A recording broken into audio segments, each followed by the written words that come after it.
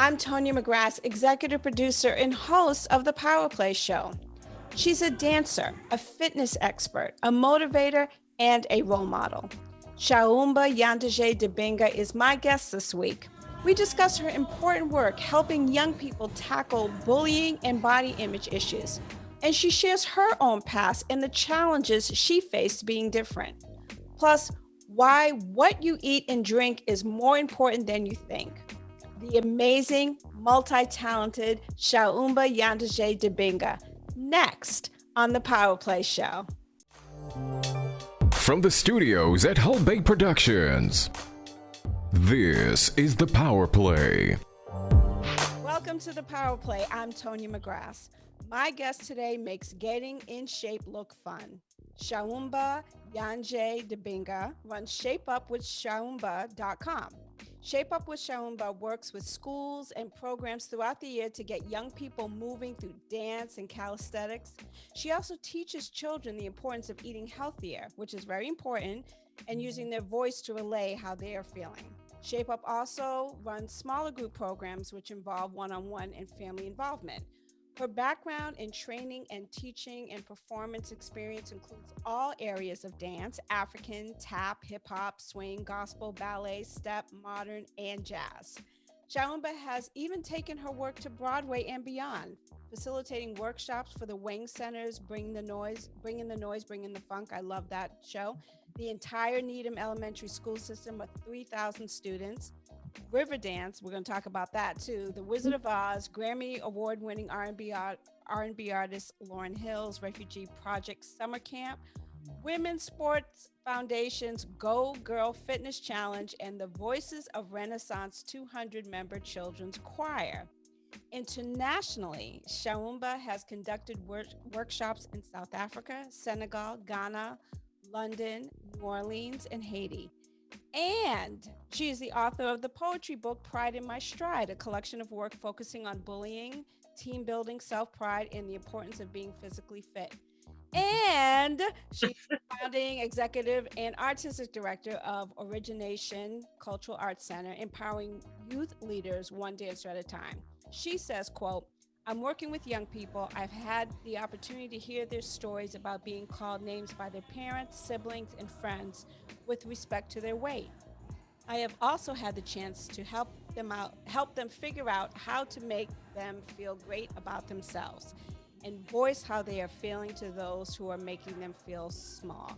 I am so excited to introduce my multi-talented powerhouse of a woman, Shaumba-Yandje Dibinga, to the show. Shaumba, welcome to the PowerPLAY. Wow, thank you so much. I'm listening and I'm like, she's talking about me. That was Yes, I am. Yes, I am. wow. Thank you. I mean, you know, I'm really excited because, you know, we haven't met, but your energy is incredibly infectious, and I'm just feeling like really happy right now just having this conversation with you.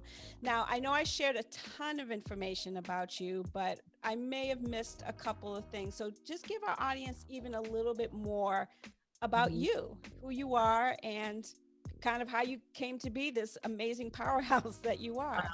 Thank you so much. Well, I am the proud daughter of two immigrants from the Democratic Republic of the Congo, Reverend Dr. Dibinga Wasaid and Dr. Golela Dibinga, my incredible parents. And I have a big family. We grew up in Cambridge and moved to Mattapan and then moved to Roxbury.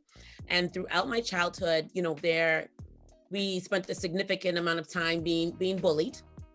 To the point where there were young people that would throw rocks at my mom when she waited for us to come back from school on the porch in Roxbury. You know, we would go from Cambridge from being picked on by Black and white kids to moving to Roxbury to being picked on by Black kids. So we were chased home. We had police escorts in Roxbury from school to home because we were bullied, and we were only bullied because we were African and we were smart. And that's all it was. There was no rhyme or reason. And so, you know, our parents were firm believers of you're going to school for education, not to make friends, you know, and we were focused on that. And so people just didn't like or respect that. So we were bullied a lot, but my family is very tight knit. We grew up in an era in Roxbury where, stop and frisk, the crack epidemic. There were just a lot of negative things going on, but there were also positive things going on in families that we were, surrounded by, including, my dad would get us up in the summertime, every morning at 5:30 in the morning, knock on our doors and have us running around Humboldt Ave. And so, yes. And we're like, Daddy, what? And he would knock on our door and we had to do it. And that was, I think, my Kickstarter to physical fitness outside of dance. But I danced in high school. I was a member of the All City Dance Company, and that was it was amazing. All City Dance Company and Metro Pathways. Metro Pathways was the program where you could sign out of school for the entire day. I think I was out for 2 days and just do arts all day. But you had to be really, really strong in your academics in order to do that. And I was also a member of All City Dance Company, which is a dance company in Boston for high school students. And you had to audition to get in. So those are two memories that I really, really loved. And I think my family is just very into being physically fit and being excited about the opportunities that we're able to give to other people and the opportunities we receive for ourselves. That's incredible. Your parents just sound like the best parents in the world. And I wonder how much of your childhood and being bullied because of who you are, the way you looked, the ethnicity, the cultural differences that you had played a role in where you are today. I mean, talk about that a little bit. Absolutely. It went from everything to, having the rocks thrown at us and being chased and jumped, to having a guidance counselor that told me when I was in high school that I couldn't go to the colleges I wanted to go to. I was an honor student.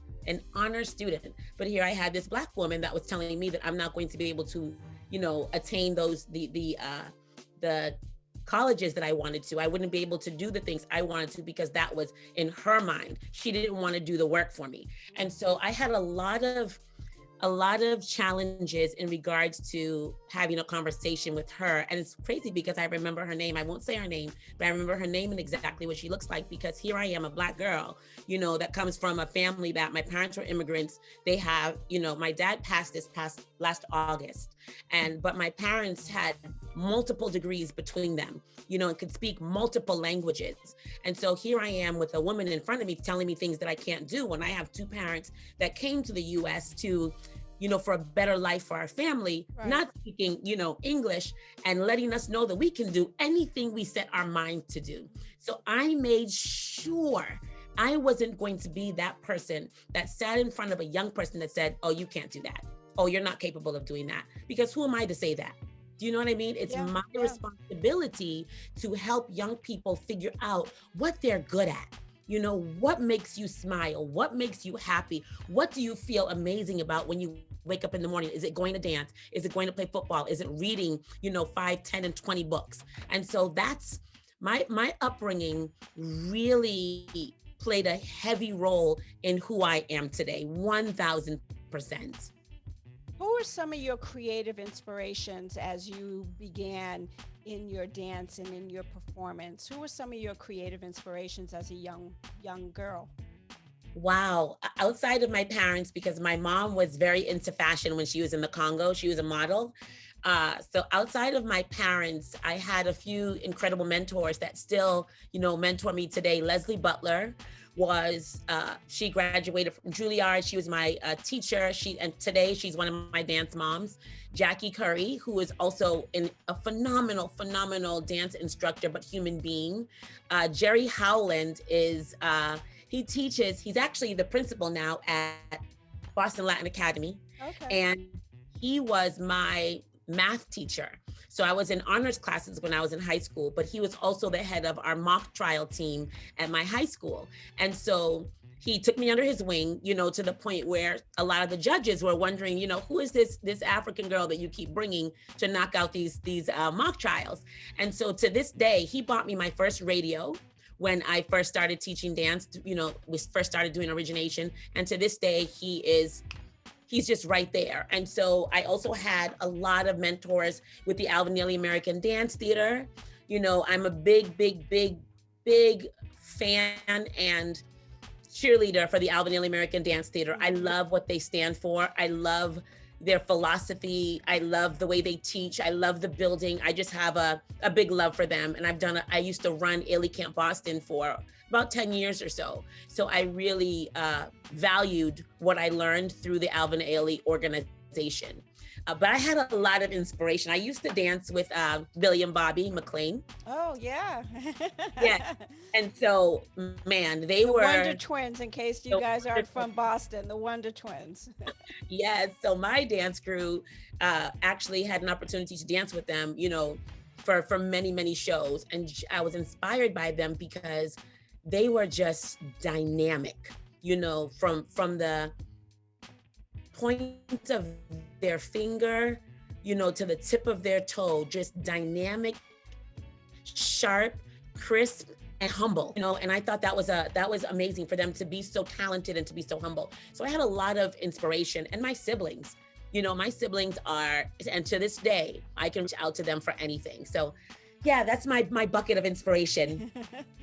I want to talk now about you working with young people because, you know, so I have a 13-year-old teenager boy at home, and I have an adult daughter and another son. And so, you know, teenagers have so much just getting up, and you know this right now probably better than I do, just getting up and trying to get to school, and then getting through school, and then getting home from school.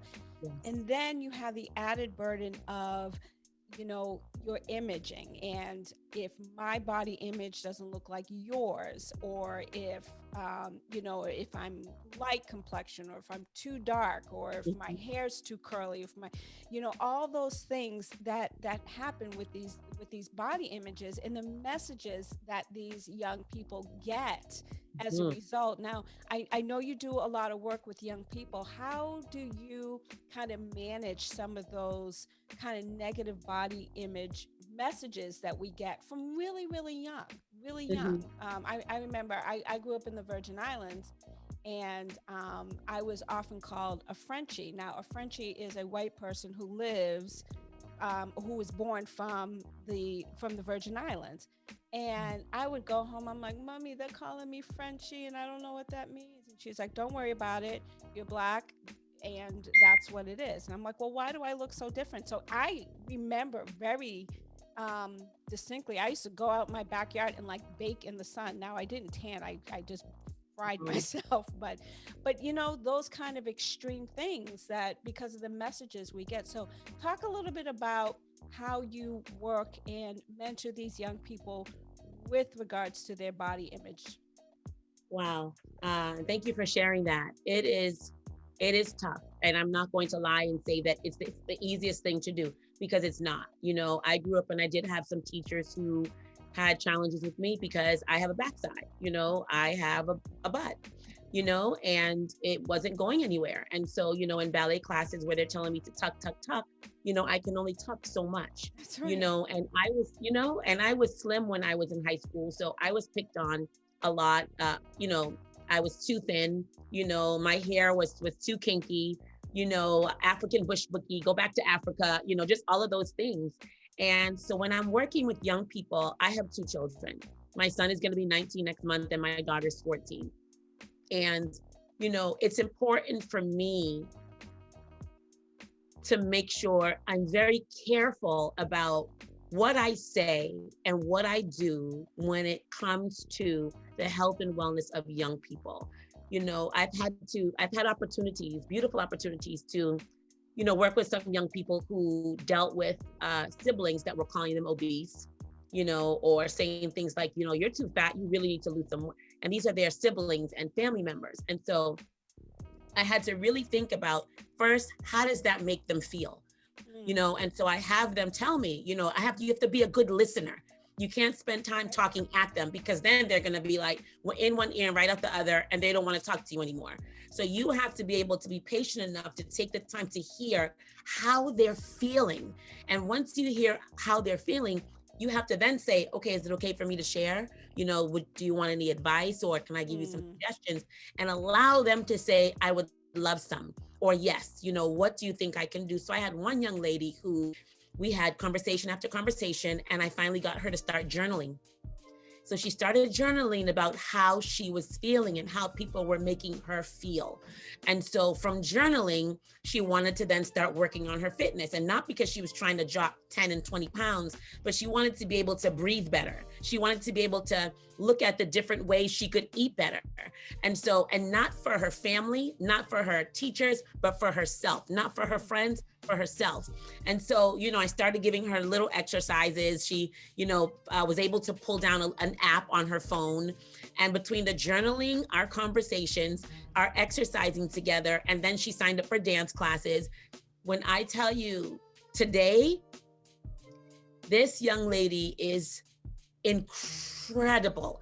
And she is doing what I do with young people. Wow. And so watching her go from having family members treat her in that manner, you know, to being able to stand up to them and take ownership, you know what I mean? And now help other young, you know, it's phenomenal, but we have to be good listeners, right? And we don't have all the answers. So if we don't have all the answers, we have to be able to be open and be okay with saying, well, you know, I don't have the answer to that, but I will find out and I'll get back to you on that. You know, it's like, we have to be okay with doing that. And so that's one of the ways that I work with young people. I'm really careful with them, you know, and depending on what it is, I always say to them, do you want me to be honest? Or do you want me to, you know, tell you what you want to hear?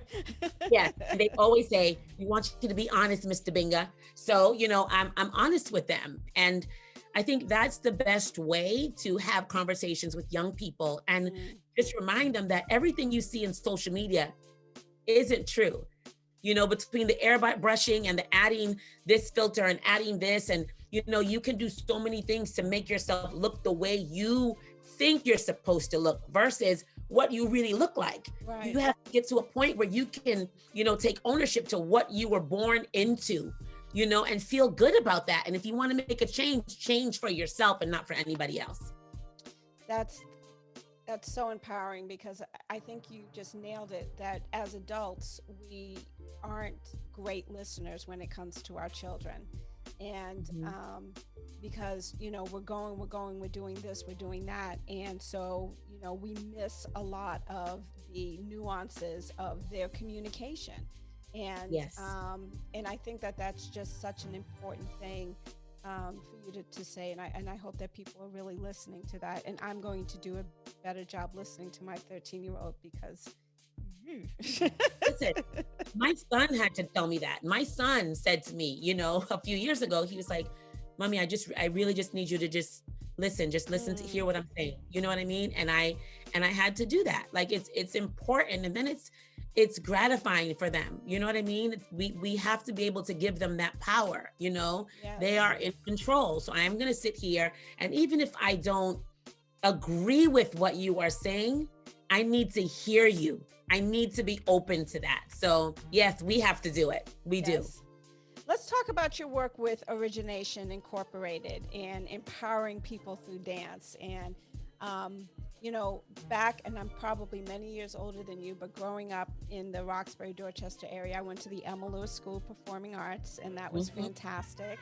I think my best friend went to Andrea's School of Dance. Yeah. So it was in our blood. I went into sports. I like to play sports, but I remember just going into Elma Lewis School right there on Humboldt Ave. I can still see the building in my head, and just really feeling this sense of pride that I had all these creative people around me doing just, you know, incredible things. So tell us what Origination Inc., how that came to be, and your work with these young people. Oh my gosh. Origination is my third child. It is such an incredible place to be. So my parents, you know, in coming over to the States, spent a lot of time helping other families come to the States, helping them get into school, get jobs. And, you know, I spent a lot of time watching them give, and never get anything in return. And first, you know, I didn't want to be like them, because I said, they're not getting paid. They're not getting any presents. I'm not giving people anything. But then, you know, my parents said that if we can give to one person and they in turn give to somebody else, then we're doing what we're supposed to be doing. And so the people they were giving back to were helping other people. And so when we moved into Roxbury, you know, having dealt with all the bullying, I wasn't quite sure if these were the people that I wanted to help, because, you know, they weren't really so open to who we were, the fact that we were African. So I wasn't quite sure about that. But, you know, as years went on, I realized in Roxbury, we didn't know much about Andrea's Roxbury Center for Performing Arts. You know, we didn't know much about her at that time, or about Emma Lewis, and we lived right in Roxbury and in Mattapan. So we were traveling from, when we lived in Mattapan, to Mattapan, all the way to Waltham or Watertown to dance at an all-white dance school. We were the only 3 Black girls in that school, and that's where we traveled to dance, and that's where we traveled to go to the King's School in Cambridge. And so that's all we knew. And so we traveled back and forth. And then, you know, when I was in high school, you know, I started to dive in deeper into dance in high school. And that's when I knew that I wanted to do a whole lot more with dance. And I wanted to be able to empower people with dance, because that's what Jackie Curry and Leslie Butler were doing with me. And so when I realized I wanted to start a program, you know, I reached out to my family and they were like, okay, so how are you going to do this? You know? So I started teaching classes in different areas in Roxbury, you know, from the Roxbury Y to the First Church, just different areas, and, you know, different after school programs. And then I said, I want to do my own program. And so it was almost like that was the birth of Origination, my going to teach in these different areas. And so I decided one summer that I was going to start a summer program. And I said, I'm going to have 30 kids in this program, and they're going to be amazing. They're going to do a show, and everybody's going to come running to me. So for the first 2 weeks, it didn't work out that well. I had 5 young people, and I cried a lot because I didn't feel like people understood what I was trying to do. But by the end of that summer, I had 25 young people. And that's when I knew I was doing something right. I was doing something that young people needed and wanted and loved. And then it just soared. And a lot of those young people that I had that first summer, I'm still connected to today. That's you know, they teach at Origination, taught at Origination. I've worked with their young people, but Origination dives into relationships with our young people, from the dance, from the relationships we build through teaching dance. You know, everything from helping them learn how to communicate better with their family members, bullies, teachers, to helping them learn how to teach so they can make extra money, to helping them fill out scholarship applications. You know, whatever you think needs to happen with young people, we do that at Origination through the relationships we built, even from taking them to international tours. Wow. Kids from Roxbury and Dorchester, you know, going to Senegal and Trinidad. So that's what we do at Origination. We teach innovative and quality dance, but we also utilize community service. We teach Taekwondo, and we really want to help our young people become better versions of themselves. You are an amazing role model to these young people. How important is that to you? Very. It's extremely important, because I think that right now, especially with social media and in the music industry, I feel like there's so much being thrown at our young people, you know, for them to grow up super, super fast. You know, some of the images that are up for our girls and for our boys, you know, for them to just grow up way too fast, you know, from the things that people wear, you know, in their music videos and online and in these magazines. And it's way too much. And so I have to make sure I am doing exactly what I'm supposed to do to make sure the young people that I serve, or anyone that sees me knows that I'm intentional about what I'm doing. I'm intentional. You know, it wasn't the easiest thing. I teach fitness, for me to put on a sports bra, you know, because growing up when I was, you know, in dance, I was the one that in the locker room, I would change under myself. So I would never take my things off, you know, because I was very self-conscious, because I was so slim. And so that was me. And so it was hard for me to wear a sports bra. So when I started dancing for the Celtics, you know, later on down the line, we had to wear sports bras, and I was like, oh my God, gosh. And so, I'm very intentional about that. So teaching fitness, sometimes I wear them and sometimes I don't, but I'm careful about what I wear. I'm careful about what I wear. I'm careful about the conversations I have and the people I am around. I keep my circle tight. And my children know that because they keep their circles tight. They have a lot going on. And it's just really important for us to be the best role models we can possibly be. I want to now switch into ShapeUp with Shaumba. And for women like me, so now I'm going to throw myself out there so the whole world's going to hear this now. I'm 52 years old. Mm-hmm. Stop when you've heard this before. You look so good. Oh, thank you. Thank you. I drink water every day. That's the only thing I put in my body is water. That's good. One thing. And I just kind of started that in the last few months, and oh boy, what a difference. But I have a full-time job and I run a business and I have my podcast. So it's so easy for me to say, you know what, I just don't have time.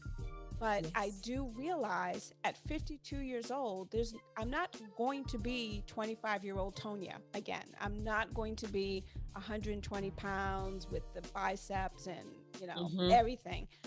But I also know that it's so difficult for me, and I know I'm speaking for other women out there, to stay motivated. It's so easy to just be, because I'm a happy person. I'm comfortable in my skin, but I know that things need to be better, right?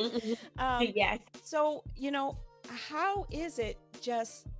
how can you motivate people like me who will come up with every excuse not to work out if they could? Yes.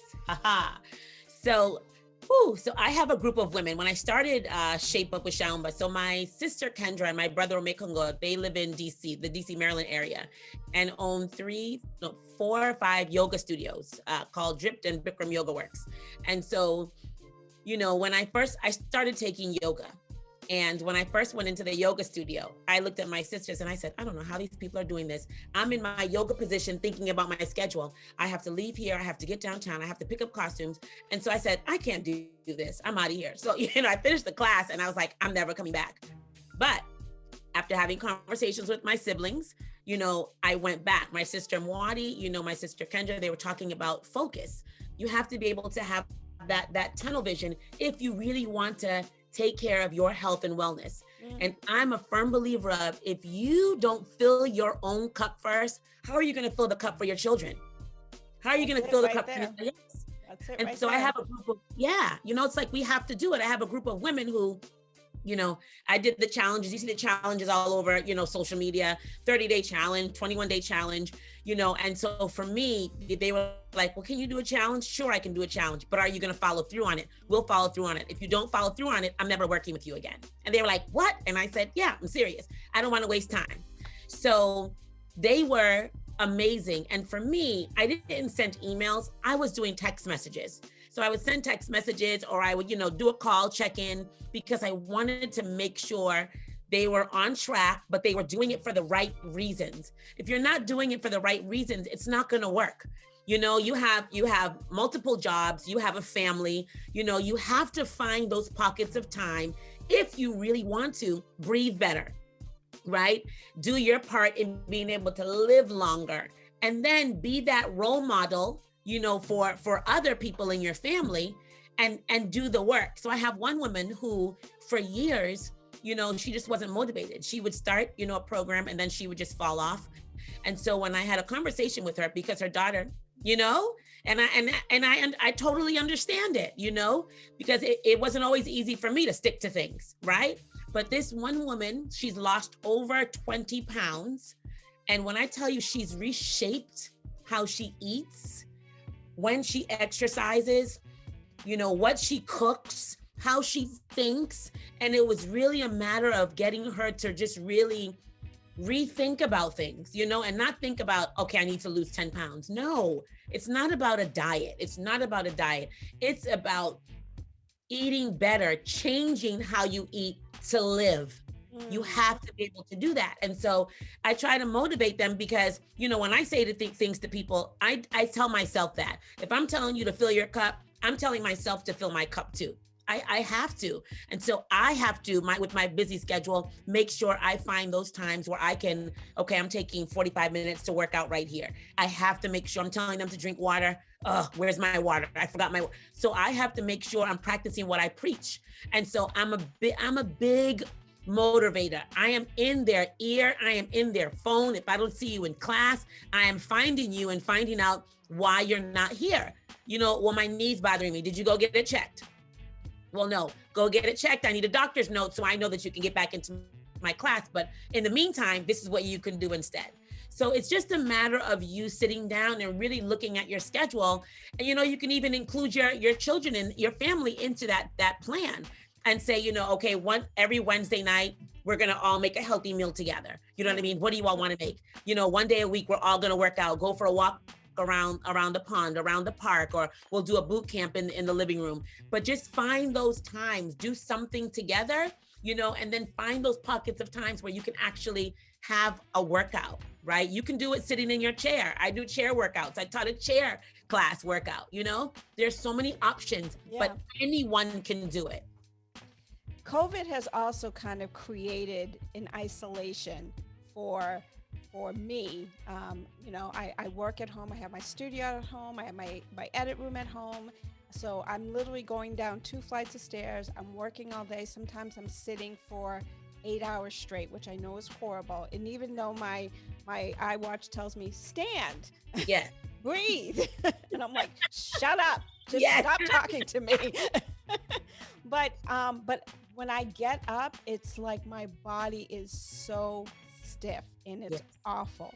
Mm-hmm. And we can't go to a class and have our friends around us and yay, we're all doing this together. It's just me. So how do you manage that part? I know that you have taken a lot of your work online and are helping out in this virtual space, but how do you help people who are just like, well, you know what, they can't see if I'm not doing it, so I'm not going to do it?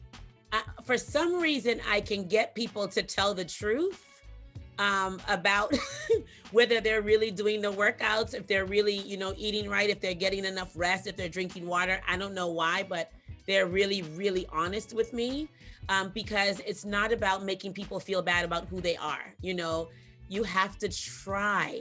You have to just get up and tell yourself, I'm going to take 5 minutes here and I'm going to stand up and I'm going to stretch because your body needs it. You have one body and you have to take care of that body so that you can be there for your family. You have to do that.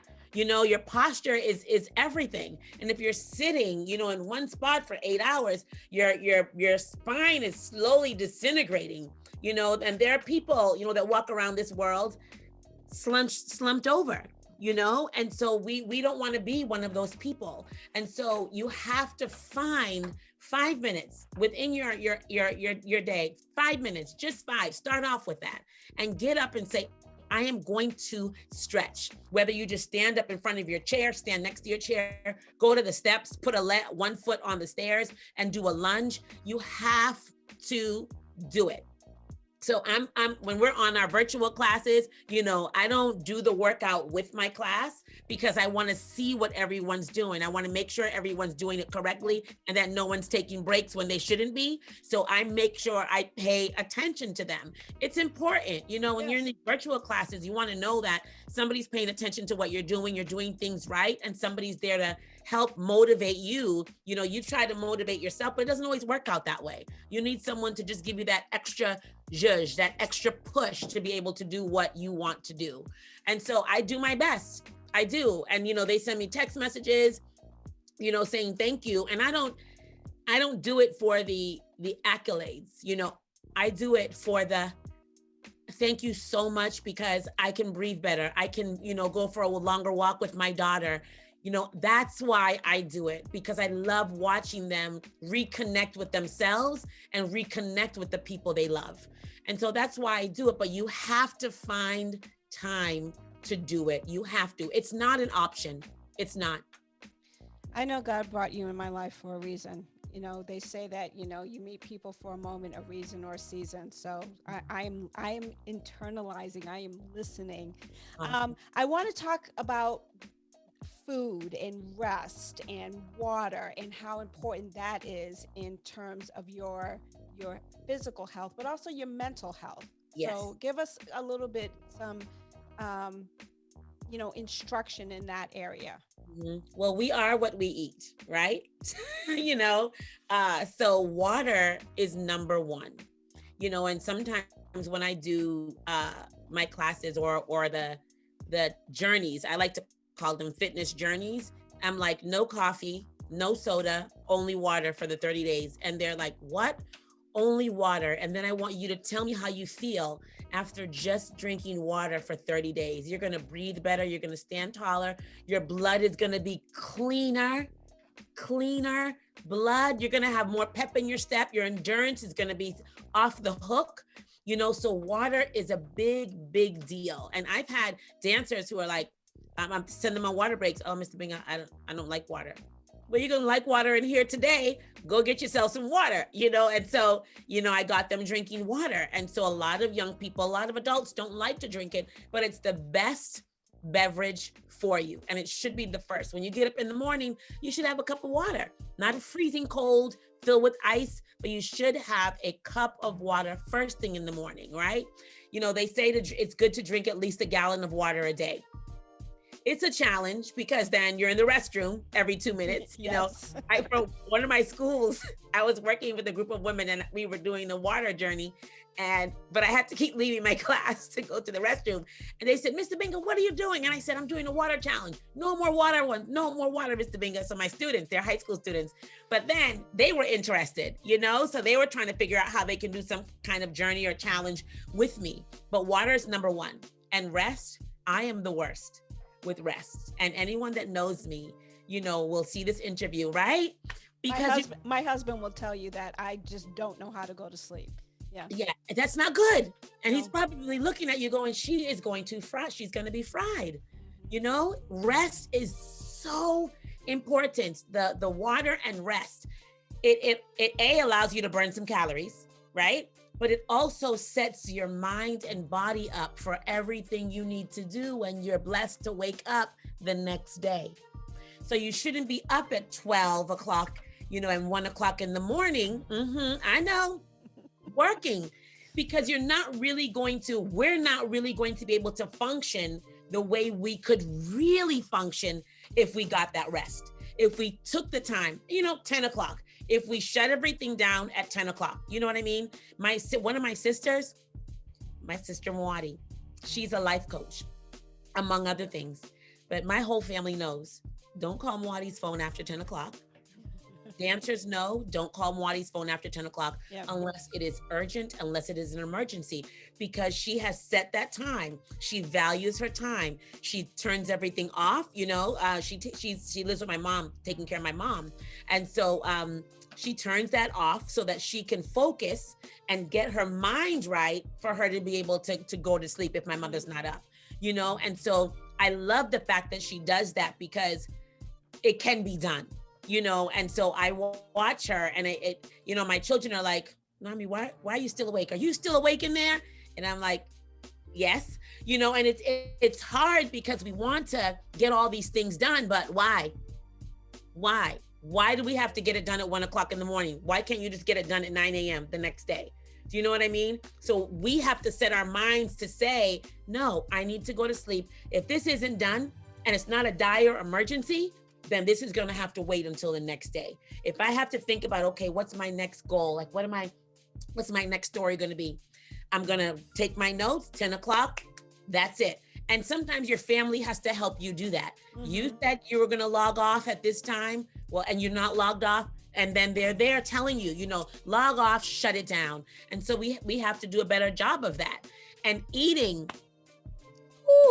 we're supposed to have 6 meals a day. And it sounds like a lot. Yes, I know. When I was, in these trainings a long time ago, I'm like, 6 meals? Oh no, I'm not doing that. That is too much, way too much for me. But it's about how much you're eating. And it's not 6 full meals. 3 of those meals are like snacks. So you would have you'd have breakfast, you'd eat a snack in between, you'd have lunch, have a snack in between, you'd have your dinner, and in the evening you could have like green peppers, you can have a light snack. So you're supposed to be eating 6 meals a day. You can even do like a replacement meal, protein shake or whatever, but it has to be 6 meals. And if they're balanced, then you're in good shape. But as we get older, we really start to pay attention to what we're drinking and what we're eating. And so I think sugar is something we really need to pay attention to. The Power Play typically ends with asking our guests 3 questions. So my first question to you is, what motivates you each day? Wow, what motivates me each day? My children motivate me each day. My biological children, my son Talib and my daughter Shaumba-Sabira. My family motivates me every single day, and the families that I serve. You know, they're very, very motivating. And I just appreciate the fact that I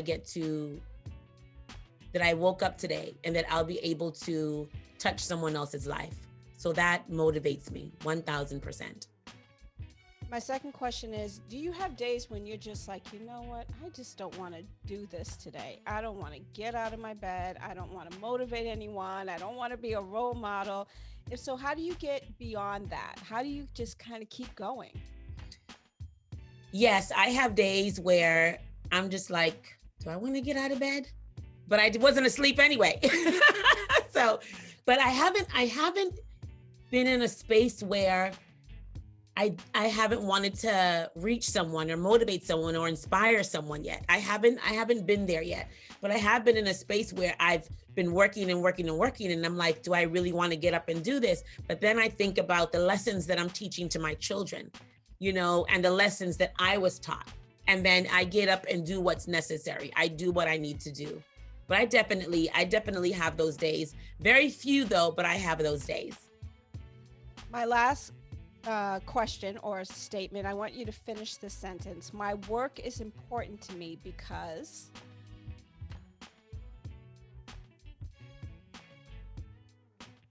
Because it makes my heart smile and it makes the people I serve feel whole.